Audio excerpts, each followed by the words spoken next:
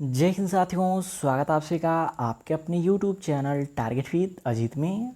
तो साथियों, आज की इस क्लास में हम डिस्कस करने वाले हैं यूपीट व सीपीट एग्ज़ाम 2025 के लिए आज के सेकेंड मॉडल पेपर की, जिसमें पीट 2025 के सिलेबस के अकॉर्डिंग मोस्ट इंपॉर्टेंट 80+ क्वेश्चंस को कराने वाला हूँ, जिससे आप सभी के पेट के एग्ज़ाम में डायरेक्ट क्वेश्चन देखने को मिलेंगे।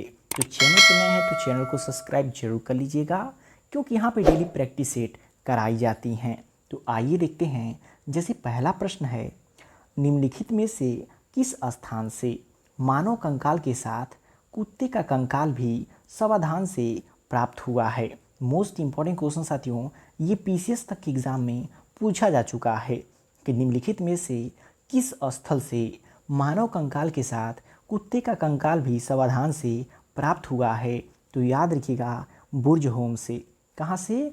बुर्ज होम से। इसके बारे में डिटेल में बात करें तो जम्मू एवं कश्मीर में श्रीनगर के निकट स्थित बुर्ज होम से नवपाषाणिक अवस्था में मानव कंकाल के साथ कुत्ते का कंकाल भी सावधान से प्राप्त हुआ है। तो काफ़ी इम्पोर्टेंट पॉइंट है, याद रखिएगा। यदि क्वेश्चन पूछा जा सके कि जो कि बुर्ज होम वर्तमान समय में कहाँ पे स्थित है, तो जम्मू कश्मीर के श्रीनगर के निकट स्थित है बुर्ज होम। तो इम्पोर्टेंट क्वेश्चन है, याद रखिएगा। नेक्स्ट क्वेश्चन है, सिंधु घाटी सभ्यता का प्रमुख बंदरगाह कौन सा था।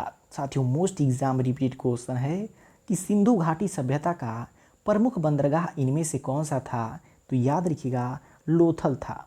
कौन सा था? लोथल था। और बात करें लोथल का अर्थ क्या होता है, तो मृतकों का टीला होता है। क्या होता है? मृतकों का टीला होता है। नेक्स्ट क्वेश्चन है, सप्त सिंधु शब्द किस सभ्यता से जुड़ा हुआ है। तो बात करें साथियों सप्त सिंधु शब्द की, तो याद रखिएगा वैदिक सभ्यता से जुड़ा हुआ है, जिसका शाब्दिक अर्थ होता है 7 नदियों की भूमि। साथियों देखिए, यह एक प्रैक्टिस सेट है जिसमें हम ज़्यादा से ज़्यादा क्वेश्चन के आंसर को जो समझ करके आगे बढ़ जाएंगे, क्योंकि इससे संबंधित हमने ऑलरेडी क्लासेस चलाया है और उसका लिंक जो नीचे डिस्क्रिप्शन बॉक्स में दिया गया है। अगर आप उसको देखना चाहते हैं तो डिटेल में देख के समझ सकते हैं। और यह एक प्रैक्टिस सेट है, तो कम से कम समय में इम्पॉर्टेंट अधिक से अधिक क्वेश्चन को हम कवर करेंगे, और जो भी डिटेल में समझना होगा उसके बारे में डिटेल में हम बात करेंगे। नेक्स्ट क्वेश्चन है, निम्न में से किस राज्य सरकार ने दूर दराज क्षेत्रों में रहने वाले छात्रों के लिए नई यात्रा भत्ता योजना शुरू की है। साथियों, ये क्वेश्चन करंट अफेयर का है और आप सभी की पेट के एग्जाम में 10 नंबर करंट अफेयर से पूछे जाने हैं और 10 नंबर जीएस से पूछे जाने हैं। ये 20 नंबर आपके श्योर हो जाएंगे यदि आप करंट अफेयर को तैयार कर लेते हैं। तो डेली इस चैनल पे आप सभी को सुबह 7 बजे करंट अफेयर की क्लासेस चलाई जाती हैं, जो पेट के एग्ज़ाम के लिए बेहद ज़रूरी होती हैं। तो आप उसको देख सकते हैं और 10 नंबर अपने कंफर्म कर सकते हैं। तो बात करें, इनमें से किस राज्य सरकार ने दूर दराज क्षेत्रों में रहने वाले छात्रों के लिए नई यात्रा भत्ता योजना शुरू की है। तो उत्तर प्रदेश सरकार ने। किस राज्य सरकार ने? उत्तर प्रदेश राज्य सरकार ने। नेक्स्ट क्वेश्चन है, सिंधु घाटी संस्कृति वैदिक सभ्यता से भिन्न थी क्योंकि। बताना है आपको कि सिंधु घाटी संस्कृत वैदिक सभ्यता से भिन्न थी। क्यों? क्योंकि इनके पास विकसित शहरी जीवन की सुविधाएं थीं।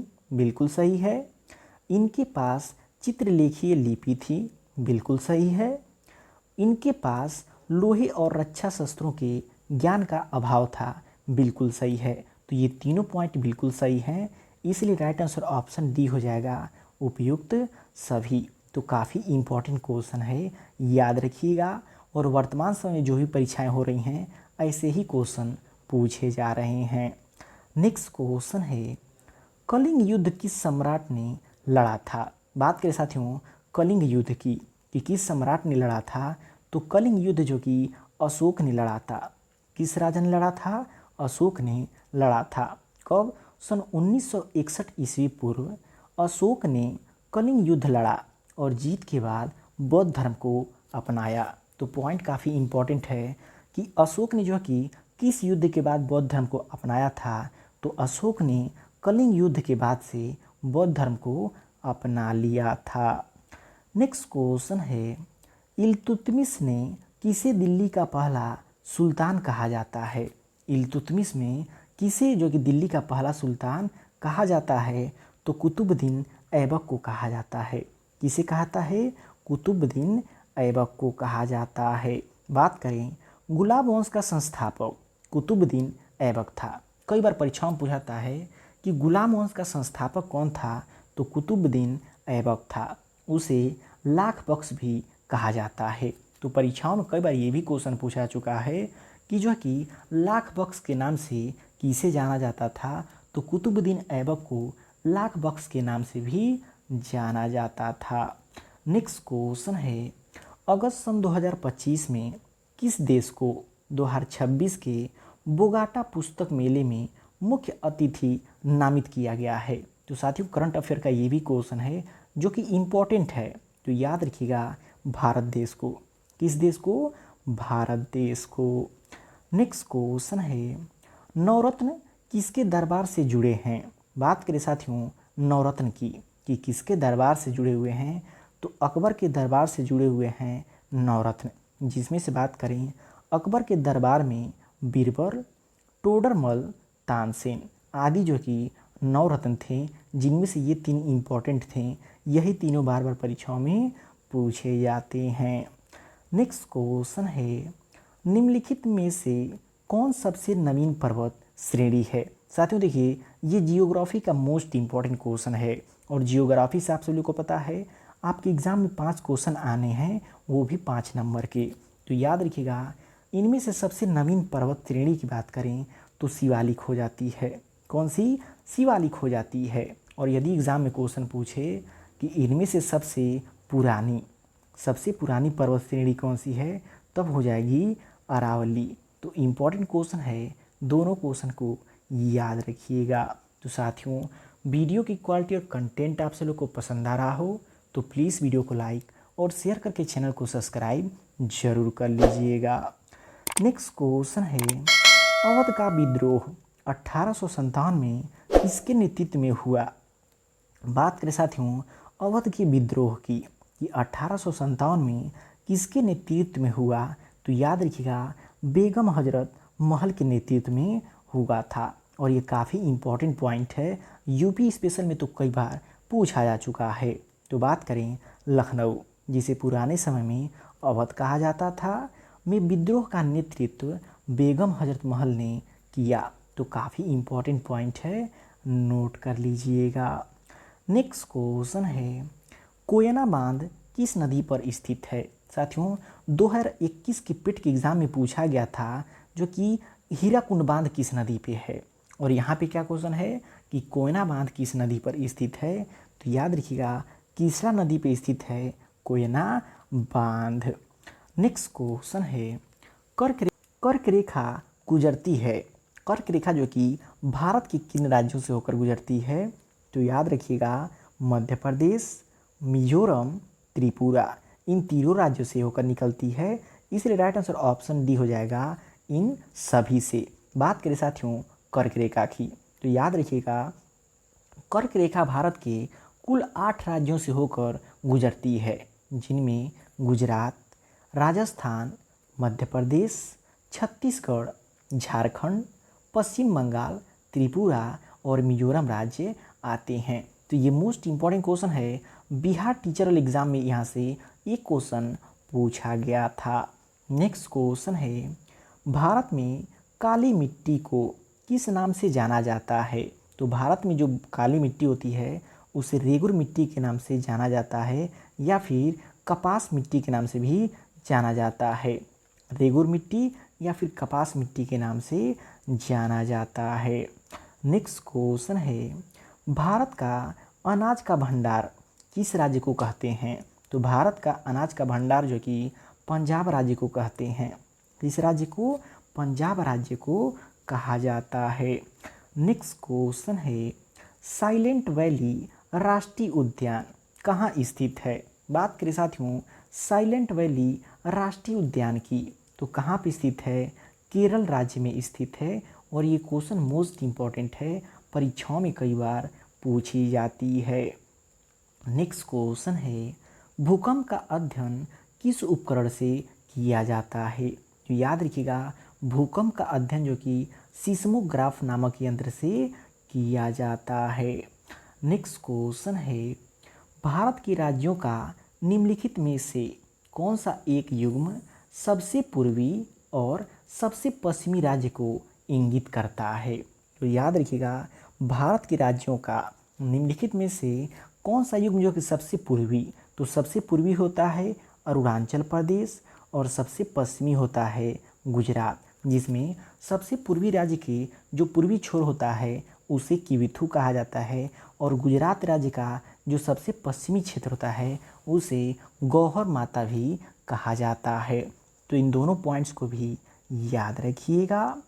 नेक्स्ट क्वेश्चन है, भारत की थार मरुस्थल कहाँ स्थित है? तो जब भी बात करेंगे भारत के थार मरुस्थल की, तो आई होप इसका आंसर आप सभी लोग को पता होगा कि भारत की थार का मरुस्थल राजस्थान राज्य में स्थित है। कहाँ पे? राजस्थान राज्य में स्थित है। नेक्स्ट क्वेश्चन है, भारत का मानसून काल सामान्यतः कब से कब तक होता है? तो याद करिएगा, भारत का मानसून काल जो कि सामान्यतः जून से लेकर के सितंबर तक होता है।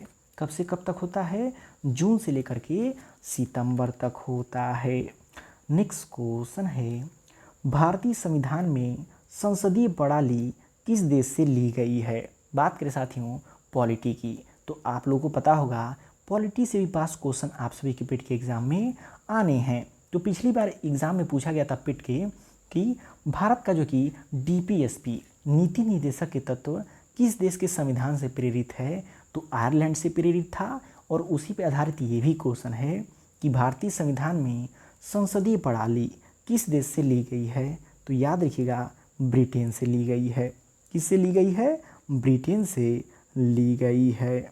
नेक्स्ट क्वेश्चन है, मौलिक अधिकार संविधान के किस भाग में दिए गए हैं? मोस्ट इम्पॉर्टेंट क्वेश्चन है कि जो मौलिक अधिकार है संविधान के किस भाग में दिए गए हैं? तो याद रखिएगा, संविधान के भाग 3 में दिए गए हैं। मौलिक अधिकार अनुच्छेद 12 से लेकर के 35 तक भाग 3 में दिए गए हैं। ये काफ़ी इम्पॉर्टेंट पॉइंट है, याद रखिएगा। नेक्स्ट क्वेश्चन है, भारत के उपराष्ट्रपति को हटाने की प्रक्रिया किस अनुच्छेद में है? बात करें साथियों भारत के राष्ट्रपति को हटाने की प्रक्रिया की किस अनुच्छेद में है? तो याद रखिएगा, अनुच्छेद 61 के अंतर्गत आता है। किसके अंतर्गत? अनुच्छेद 61 के अंतर्गत आता है। नेक्स्ट क्वेश्चन है, राज्य के नीति निर्देशक तत्व किस देश के संविधान से लिए गए हैं? साथियों पेट 2023 के एग्जाम में ये क्वेश्चन पूछा गया था कि राज्य के नीति निर्देशक के तत्व किस देश के संविधान से लिए गए हैं? तो याद रखिएगा, आयरलैंड से। किस देश के संविधान से? आयरलैंड के संविधान से। नेक्स्ट क्वेश्चन है, भारत का सर्वोच्च न्यायालय कहाँ स्थित है? तो आई होप इसका आंसर आप सभी लोग को पता होगा कि भारत का सर्वोच्च न्यायालय कहाँ पे स्थित है? तो याद रखिएगा, दिल्ली में स्थित है। कहाँ पे स्थित है? दिल्ली में स्थित है। और नेक्स्ट मोस्ट इम्पॉर्टेंट क्वेश्चन है पॉलिटी का कि 42वां संविधान संशोधन किस वर्ष किया गया था? तो याद रखिएगा, एक ट्रिक आपको बताते हैं, 1900, उसके बाद याद रखिएगा ये है 42वां संविधान संशोधन। तो 4+2 कितना होता है? 6 होता है। तो 1976 आप याद रखिएगा, 4×2 6। यदि 6 आपको याद है तो ऐसे आप एग्ज़ाम में इसको रिलेट करके आसानी से कर सकते हैं कि 42वां संविधान संशोधन 1976 ईस्वी में हुआ था। नेक्स्ट क्वेश्चन है, संविधान की प्रस्तावना में समाजवादी धर्मनिरपेक्ष शब्द कब जोड़े गए? तो याद रखिएगा, सन 1976 ईस्वी में जोड़े गए। कब जोड़े गए?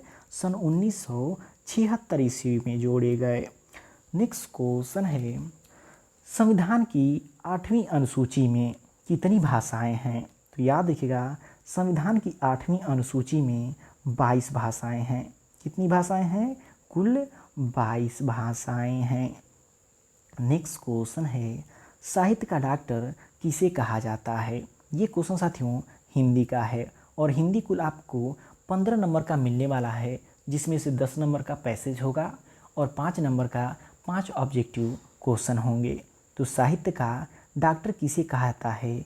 आचार्य रामचंद्र शुक्ल को कहा जाता है। किसे? आचार्य रामचंद्र शुक्ल को कहा जाता है। नेक्स्ट क्वेश्चन है, कृत्रिम निम्न में से किसका विलोम है? तो जो आर्टिफिशियल होता है वो नेचुरल का विलोम होता है। तो राइट आंसर ऑप्शन डी हो जाएगा, प्राकृतिक। जो आर्टिफिशियल होता है वो नेचुरल का ठीक विपरीत होता है। नेक्स्ट क्वेश्चन है, अंगद का पैर किस अलंकार का उदाहरण है? तो याद रखिएगा, अतिशयोक्ति अलंकार का उदाहरण हो जाता है अंगद का पैर। नेक्स्ट क्वेश्चन है, पढ़ना का संज्ञा रूप क्या है? तो पढ़ना का संज्ञा रूप होता है पढ़ाई। क्या होता है? पढ़ाई होता है। अब बात करें साथियों साइंस के इम्पोर्टेंट 5 क्वेश्चन की, क्योंकि 5 नंबर आपके साइंस से भी आने हैं। तो पहला इम्पोर्टेंट क्वेश्चन है, रक्त का लाल रंग किस कारण होता है? तो किसके कारण होता है? हीमोग्लोबिन के कारण होता है। किसके कारण होता है? हीमोग्लोबिन के कारण होता है। नेक्स्ट बात करें, पर्णहरित क्लोरोफिल का मुख्य खनिज घटक कौन सा है? तो याद रखिएगा, मैग्नीशियम हो जाता है। कौन सा होता है? मैग्नीशियम हो जाता है। नेक्स्ट क्वेश्चन है, विटामिन डी की कमी से कौन सा रोग होता है? तो विटामिन डी की कमी से कौन सा रोग होता है? याद रखिएगा, रिकेट्स रोग होता है। और बात करें विटामिन डी का रासायनिक नाम क्या होता है? तो विटामिन डी का रासायनिक नाम कैल्सीफेरॉल होता है। क्या होता है? कैल्सीफेरॉल होता है। और बात करें विटामिन ई का, तो विटामिन ई का रासायनिक नाम होता है टोकोफेरॉल। तो ये भी याद रखिएगा। नेक्स्ट क्वेश्चन है, poverty and the on British rule in India नामक पुस्तक किसने लिखी? तो याद रखिएगा, दादा भाई नौरोजी ने लिखा था। किसने लिखा था? दादा भाई नौरोजी ने लिखा था। और इन्हें जो कि grand old man of India भी कहा जाता है।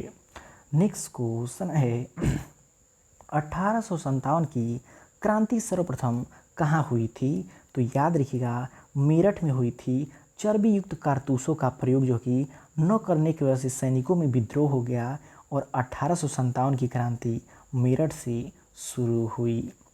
नेक्स्ट क्वेश्चन है, महारानी लक्ष्मीबाई की समाधि कहाँ स्थित है?